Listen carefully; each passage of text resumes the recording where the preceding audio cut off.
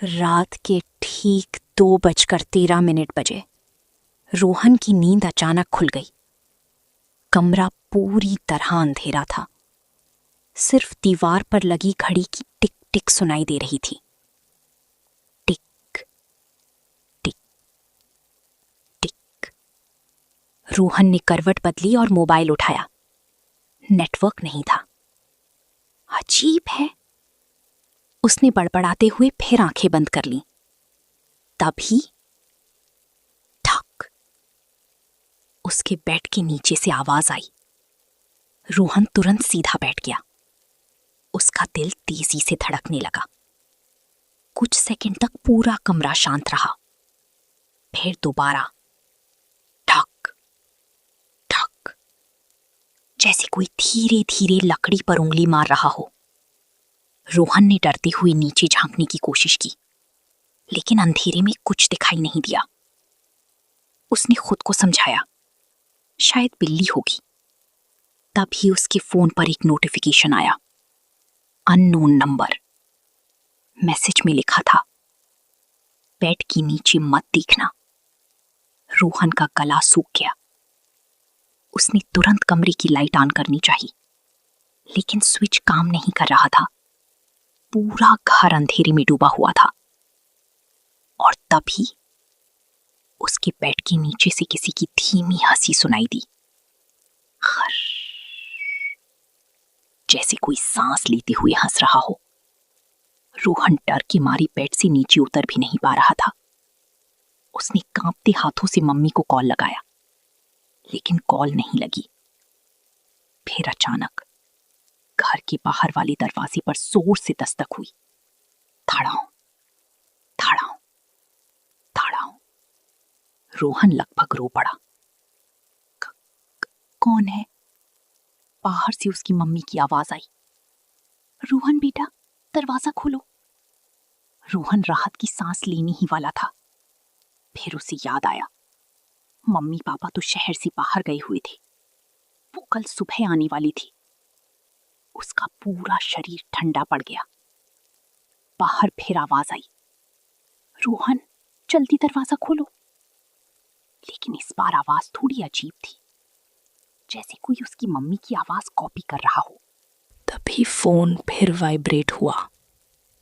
दरवाजा मत खोलना। अब रोहन का डर पागलपन में बदलने लगा।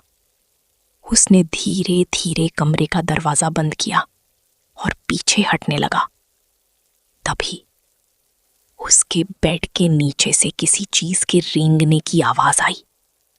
धीरे धीरे कोई बाहर आ रहा था। रोहन की सांस रुक गई। अंधेरे में पहले 2 लंबे सफेद हाथ दिखाई दिए, फिर उल्टा मुड़ा हुआ चेहरा, काली आंखें और बहुत लंबी मुस्कान। वो चीज धीरे धीरे बेड के नीचे से बाहर निकली। उसके हाथ पैर इंसानों जैसे नहीं थे, हड्डियां टेढ़ी मेढ़ी थीं। वो छत की तरफ गर्दन घुमाकर रोहन को देख रही थी और मुस्कुरा रही थी। रोहन चीख पड़ा और कमरे से भागा। पूरा घर अंधेरे में डूबा था, लेकिन उसे साफ सुनाई दे रहा था, ठक ठक ठक। वो चीज 4 पैरों पर उसके पीछे भाग रही थी। रोहन सीधा मेन डोर तक पहुंचा। उसने दरवाजा खोला, लेकिन बाहर कोई नहीं था। पूरा कॉरिडोर खाली था।